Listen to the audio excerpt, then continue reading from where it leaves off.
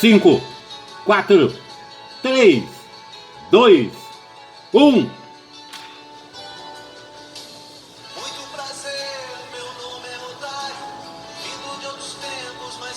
Começa agora a aula mais divertida do mundo.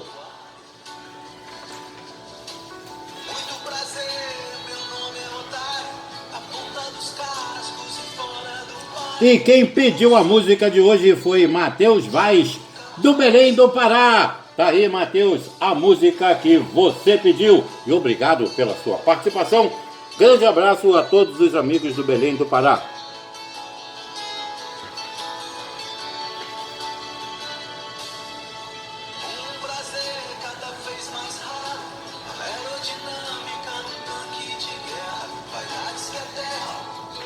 Aê! E você pode fazer como o Matheus Vaz.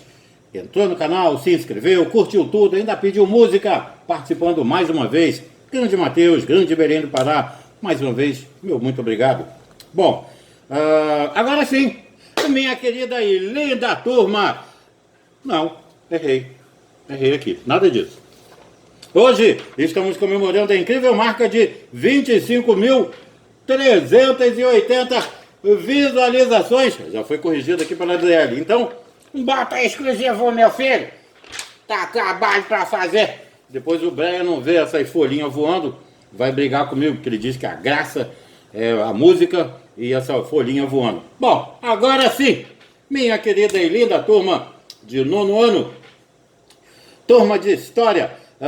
No módulo de hoje nós vamos dar sequência, né?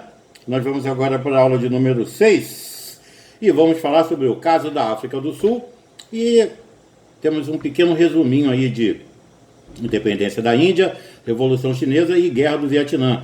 São assuntos muito extensos, claro, quem poderia fazer, o correto mesmo seria fazer uma aula inteira com cada um desses assuntos, mas ainda temos outros assuntos para poder tratarmos e achei mais interessante a gente fazer um resumo disso, porque nós precisamos entrar em um intervalo democrático que ocorreu no Brasil. Vamos trabalhar com Vargas, Jânio, JK e muito mais. Então, hoje vamos trabalhar isso. O caso da África do Sul, independência, e os resumos, né? Independência da Índia, Revolução Chinesa e a Guerra do Vietnã. Bom, a África do Sul, ela só conseguiu se libertar da sua dominação colonial inglesa em 1931. Entretanto, mesmo após a independência, o poder e a riqueza continuaram concentrados nas mãos de uma minoria branca, 18% da população, a qual impôs aí uma política segregacionista que ficou conhecida como Apartheid, oficializada em 1948, que impedia acesso dos pretos. Eu não gosto de utilizar a palavra negro, segundo Ricardo Pereira Passos, é uma negação. Então eu gosto de utilizar a palavra preto. Então, impedia aí o acesso dos pretos à propriedade da terra, à participação política, sim, e às profissões melhor remuneradas. Também confinava aí os pretos em áreas separadas e ainda proibia os casamentos e as relações sexuais entre pessoas de raças, né, diferentes. Estou botando esse raças entre aspas porque raça é uma coisa só, a raça humana, né? O resto é tudo etnia. Bom, a oposição ao regime segregacionista, ela tomou corpo, podemos dizer assim, lá na década de 1960, quando o Congresso Nacional Africano, ou seja, uma organização preta fundada em 1912, lançou uma campanha de desobediência civil. Nascia ali a semente de uma longa luta que culminaria no fim do Apartheid somente lá nos anos de 1990. Bom, a luta na África do Sul, ela começou a sensibilizar a opinião pública mundial, ainda lá nos anos de 1960, quando seu principal líder, o Nelson Mandela, foi condenado à prisão perpétua em 1962, após o chamado massacre de Sharpeville. Ou seja, foi quando a polícia racista matou 67 pretos durante uma manifestação. A dominação branca ela começa então a perder força a partir do processo de descolonização em toda a África e das diversas sanções internacionais que foram impostas ao país. Assim, no início da década de 1990, diferentes leis foram aí reformuladas até que os pretos conseguiram direito ao voto, a representação no governo, e desse modo, em 1994, o Mandela se elegeu presidente do país, após quase 30 anos de confinamento, tornando-se o primeiro governante preto da África do Sul. O apartheid havia quebrado, caído, ou seja, chegado ao seu fim. Bom, agora vamos para os resumos, né? Da Revolução Chinesa, com cerca de 400 milhões, mais ou menos, de habitantes, a China, ali do final do século XIX, era um país submetido aos interesses das principais potências imperialistas. Para exercer sua dominação, as nações imperialistas contavam com o apoio de uma propaganda massiva e a conivência dos imperadores chineses da dinastia Manchu, que governava o país aí desde o século XVII. Bom, aos poucos, as camadas populares foram se engajando aí na luta pela libertação. Finalmente, em 1911, o antigo Império Chinês desabou. A revolta que pôs fim à monarquia chinesa foi liderada por Sun Yat-sen, isso mesmo. Nomeado então presidente da República recém-proclamada. Ele, junto aí aos seus seguidores, fundou então o Kuomintang, que é o Partido Nacional do Povo.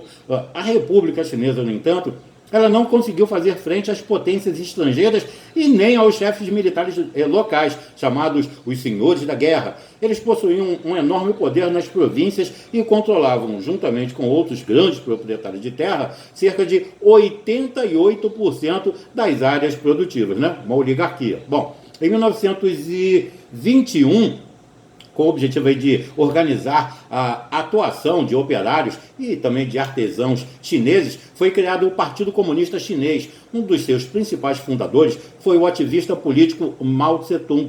Inicialmente, esse partido se aliou ao Partido Nacional do Povo, mas essa aliança durou pouco, porque em 1927, o general Chiang Kai-shek, ele assume o comando das tropas do Partido Nacional do Povo. Ele estava disposto a submeter os chefes militares locais e se impor a todo o país.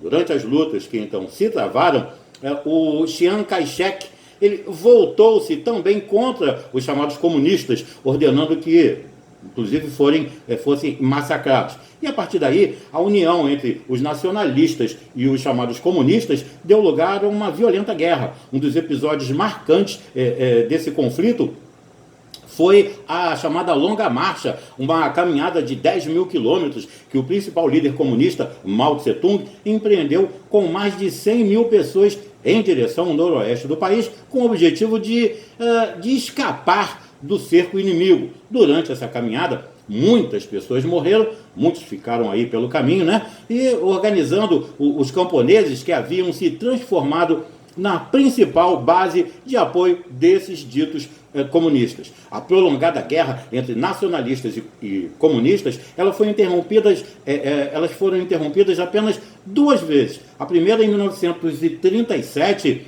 quando se uniram para lutar contra o Japão, né? O Japão tinha invadido a Manchúria, lá no norte do país, e a outra ocorre durante a Segunda Guerra Mundial, para enfrentar as forças nazifascistas. E ao final desse conflito, os japoneses foram expulsos do território chinês e as tropas de Chiang Kai-shek, com o apoio bélico dos Estados Unidos, lançaram uma ofensiva contra os vermelhos de Mao Tse-tung, reiniciando então o conflito armado. Mesmo sem a ajuda da maior potência, aspas, comunista, a União das Repúblicas Soviéticas, dirigidas na época por Joseph Stalin, as forças de Mao conseguiram a vitória e, em 1º de outubro de 1949, conquistaram o poder e proclamaram a República Popular da China. novo governo, aspas, socialista, foi responsável, por exemplo, pela realização de uma ampla reforma agrária, além da estatização das grandes empresas e da assinatura de um tratado de aliança com a União Soviética lá dos anos de 1950. Bom, e a Guerra do Vietnã? A península da Indochina, formada por Vietnã ou Vietname, Laos e Camboja, pertencia à França, né? Isso desde meados do século XIX. Durante a Segunda Guerra Mundial, os japoneses ocuparam essa região. Nesse período, formou-se o grupo denominado Viet Minh, que era uma liga revolucionária para a independência do Vietnã, que empreendeu uma luta contra a dominação nipônica e proclamou a sua independência, né? A independência do Vietnã. A França, então, reagiu e no final de 1946, ela lança aí uma guerra que dura 8 anos. Em julho de 1954, após a vitória dos vietnamitas na decisiva batalha de Dien Bien Phu, tem inclusive um filme, deve ter vários, né? Eu vi um filme chamado Dien Bien Phu, que era realmente fantástico, e falava aí sobre os acordos de Genebra, que isso aí acabou decidindo pela retirada da França dessa região e também pela divisão do país em dois. Do norte, o Vietnã dito comunista, e ao sul, uma república aliada ali ao bloco capitalista. Na década de 1960, na conjuntura da Guerra Fria, inicia-se então a Guerra do Vietnã. Esse conflito contou com a intervenção militar dos Estados Unidos, apoiando aí o Vietnã do Sul, e da China e da União das Repúblicas Socialistas Soviéticas, apoiando o Vietnã do Norte e fortalecendo o auxílio material aos chamados Vietcongs, que eram guerrilheiros, aspas, comunistas da parte sul. Bom, os conflitos se estenderam até o início da década seguinte, quando o governo dos Estados Unidos, então pressionado pela opinião pública do próprio dos Estados Unidos e pelas crescentes manifestações pacifistas, foi obrigado a retirar suas tropas do Vietnã e iniciar negociações de paz. Na guerra, os Estados Unidos perderam 57.939 soldados. Ou melhor, 57.939 soldados. Ou seja, cerca de 150 bilhões de dólares e parte do seu orgulho como grande potência mundial. As batalhas ainda se desenvolveram por mais algum tempo, sendo marcadas pelo avanço das forças ditas socialistas, até a rendição total do exército sul-vietnamita, o que aconteceu em 1975, quando o país foi reunificado sob um regime dito comunista. Bota aspas aí. Bom, o que nós tínhamos para hoje era isso, o caso da África do Sul, e um resumo aí da independência da Índia, da Revolução Chinesa e da Guerra do Vietnã. Agora sim, nós estamos dando por encerrado essa parte, e na aula seguinte, na aula de número 7, então vamos tratar aí de um outro tópico, um outro assunto, que é o intervalo democrático no Brasil. Vamos tratar aí de Vargas, Jânio, JK, enfim, todo esse processo. E muito mais. Então, não se esquecendo que nós não estamos em férias, e sim em quarentena. Eu peço que tenham muito amor, muito carinho e muita paciência com todos que estão ao seu lado. Fiquem bem e até a próxima aula.